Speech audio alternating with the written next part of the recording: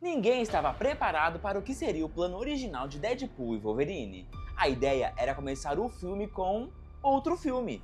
Wolverine teria visuais completamente malucos que acabaram descartados e que teriam surpreendido os fãs. Cenas deletadas e participações insanas prometiam um nível de caos que o MCU nunca mostrou antes.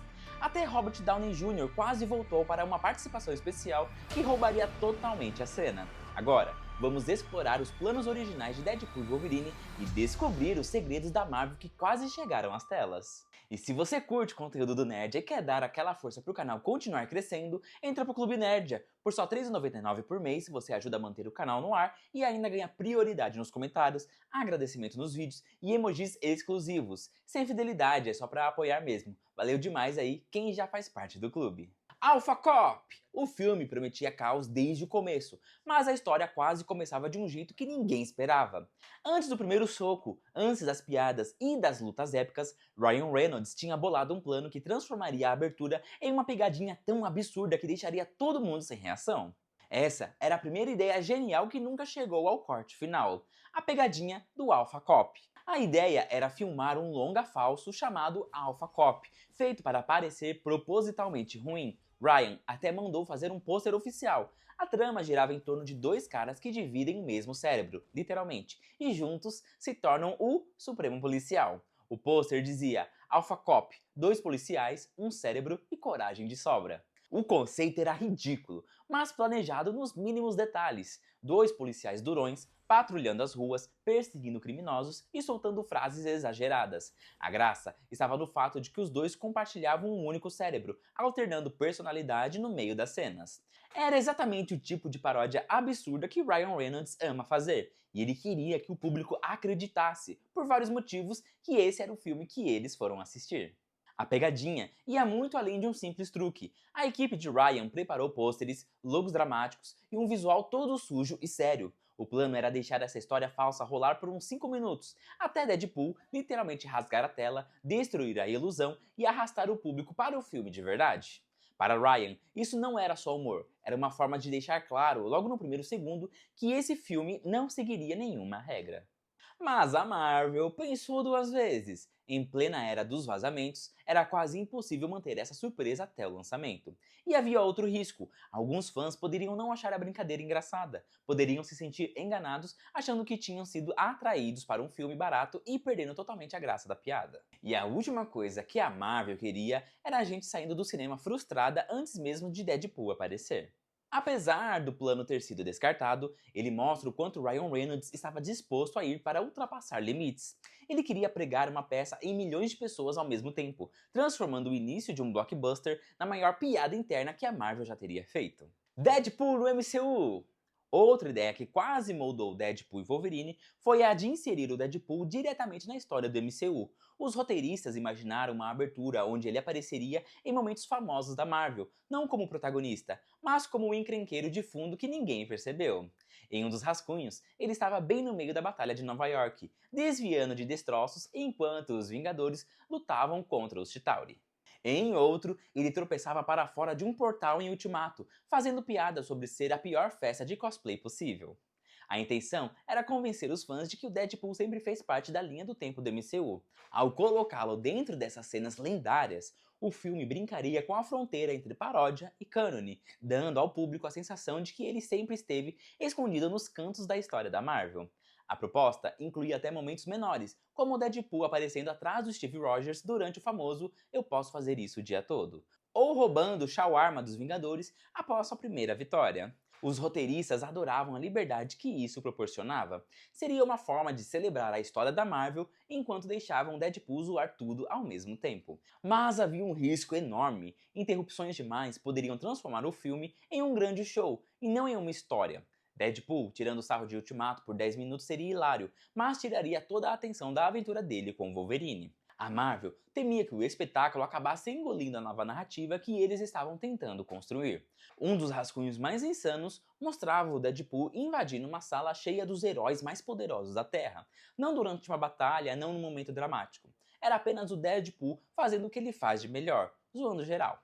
Os roteiristas imaginaram ele andando em círculos como um comediante fazendo stand-up, comentando sobre a rotina de cabelo do Thor, tirando sarro da obsessão do Capitão América por discursos e até alfinetando o Gavião Arqueiro por ser o cara do arco e flecha num mundo cheio de deuses. Mas o momento pensado para roubar completamente a cena seria o Deadpool chegando todo cheio de confiança diante do Mjolnir. Ele pegaria o cabo, faria força, gemeria, talvez até chamasse o Wolverine para ajudar, e falharia miseravelmente, resmungando que o Thor recebia um favoritismo da Marvel. Seria exatamente aquele tipo de cena que os fãs assistiriam repetidas vezes, metade pela comédia e metade pela pura bizarrice de ver o Deadpool lado a lado com ícones com quem ele nunca tinha dividido tela. Do ponto de vista criativo, essa sequência era ouro puro, prometia crossover de humor e heroísmo que a Marvel nunca tinha tentado antes. Mas a barreira foi a realidade. Trazer metade do elenco dos Vingadores significaria negociar contratos, conciliar agendas e gastar uma fortuna para participações especiais que durariam apenas alguns minutos.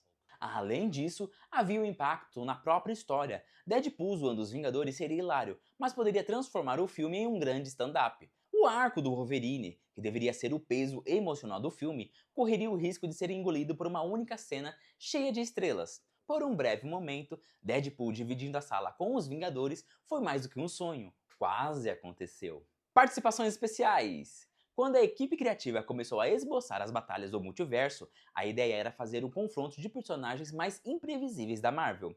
As artes conceituais mostravam uma lista de possíveis participações especiais que parece até exagerada demais para ser verdade. O motoqueiro fantasma de Nicolas Cage estava no topo dessas conversas, chegando com um crânio em chamas e sua corrente, uma homenagem a seu filme de 2007, que muitos fãs lembram até hoje. Ver aquela figura flamejante rasgando o campo de batalha teria sido incrível. Outro nome surpreendente era o Demolidor de Ben Affleck. Muito antes de vestir o manto do Batman, Affleck interpretou Matt Murdock no filme Demolidor de 2003. Trazê-lo de volta, mesmo que por um instante, seria tanto um aceno divertido ao passado da Marvel, quanto uma lembrança bem-humorada de até onde o estúdio chegou desde então. Depois vieram as variantes do Deadpool. Alguns rascunhos de conceito mostravam ideias como um Deadpool samurai, um Deadpool mais velho e desgastado, e até o Dinopool, uma versão em forma de T-Rex gigante tirada diretamente dos quadrinhos. Durante um tempo, o plano era deixar esses personagens invadirem a luta final, transformando o clímax no espetáculo multiversal mais caótico que a Marvel já fez. Mas, no resultado final, a maioria dessas ideias foi deixada de lado. A batalha ainda trouxe participações especiais e toques de multiverso, mas não foi dominada pelo motoqueiro fantasma ou pelo demolidor de Ben Affleck. Em vez disso, o filme preferiu manter o foco controlando o caos para que a história continuasse centrada na parceria complicada entre Deadpool e Wolverine. O confronto ainda teve espetáculo, mas foi construído para fortalecer a relação dos dois, não para sufocá-la.